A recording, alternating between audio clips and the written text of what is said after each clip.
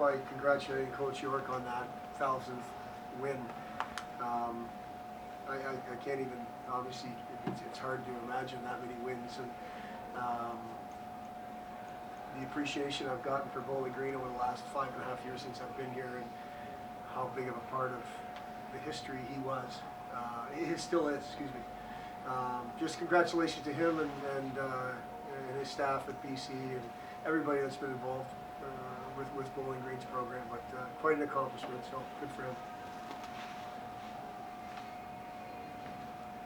Go for it. In a weekend full of good things happening, is maybe the biggest one that you put together back-to-back games and played well.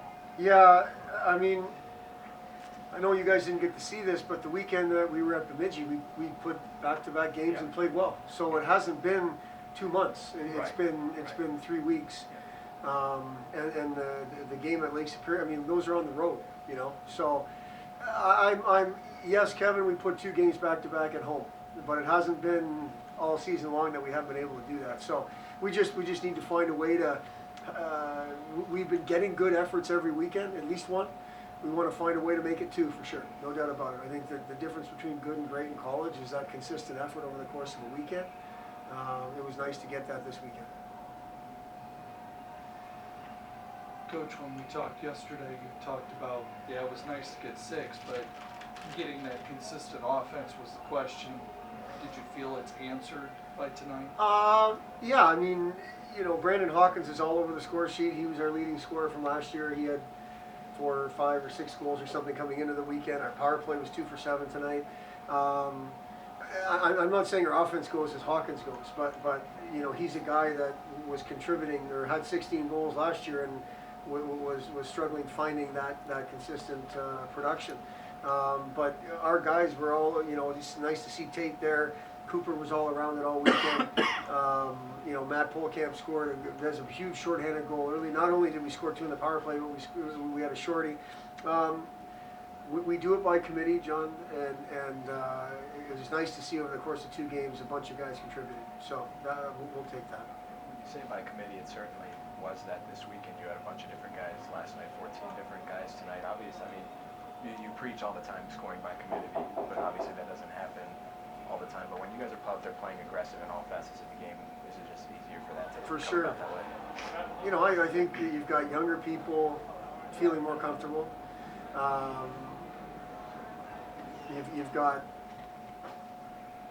You've got people just understanding the way we want to play a little bit better, and maybe fighting through a tough time or a tough week or whatever it is.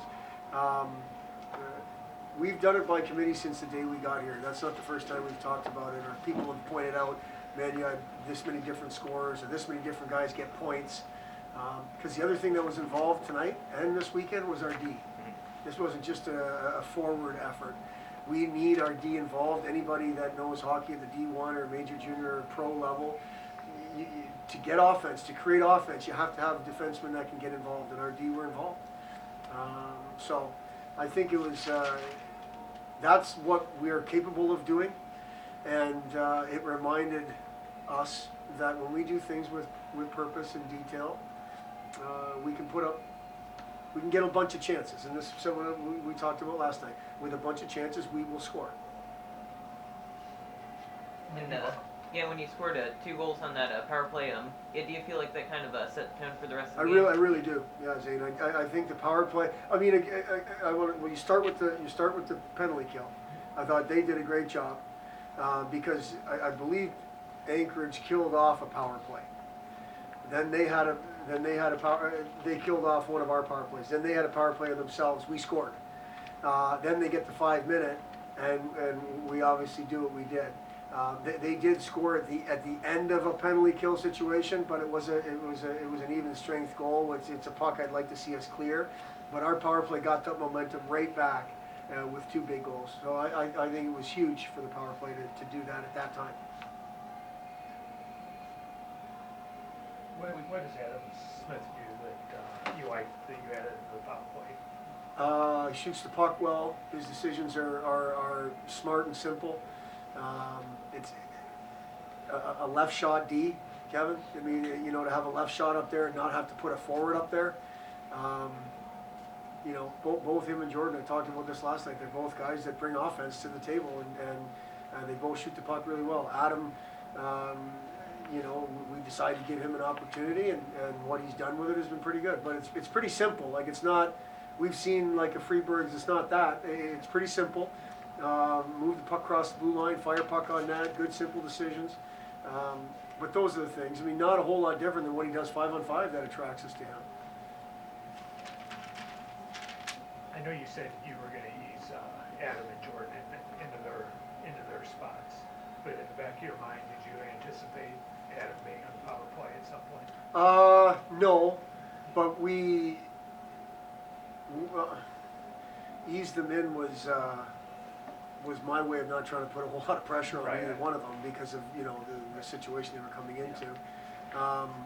I didn't foresee him being on the power play. I didn't. I knew they were both going to have to kill penalties and obviously play 5-on-5 when they're in the lineup. But our power play's been struggling, and to have a left shot up there and a guy that obviously can defend if it does turn over, it made a lot of sense. And you know, we think Jordan's progressing towards that path, whether it's this year or not. He's progressing towards that as well, because there's offense to him and he shoots the puck a ton. So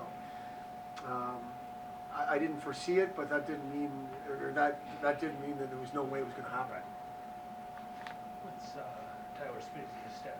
Upper body injury. I honestly don't think it was. The report I just got was it's not that bad. It was more precautionary to get him out of there, and muscular, no ligament or anything like that. So that's good news. I think we're a better team with him in our lineup. We've really focused on the offense with the 12 goals in 2 games. How would you assess how the D's played this weekend? I think our D played well. I think we defended better tonight, and they were taking. The hard part about both these games, in my opinion, John, were they were taking a bunch of chances. It was, you know, with the score the way it was, and we would do the same. With the score the way it was, they were taking lots of chances behind our guys, and the D are jumping in more than normal because they're trying to get back in the game. I thought our guys did a good job. I liked the way we defended. I thought Chris made some good saves. I was happy with the way we defended, and we're right around that 2 goals or just under that 2 goals a game defensively, and we were able to stay there both nights this weekend, which is a good thing. We feel like if we give up less than 3 goals, we're in a good spot, and we were able to do that. Good. What's Pierre Luke's status? Status is day to day, Kevin. I think if it's last game of the year, he could have played tonight. I just feel like we had healthy bodies, and why do that?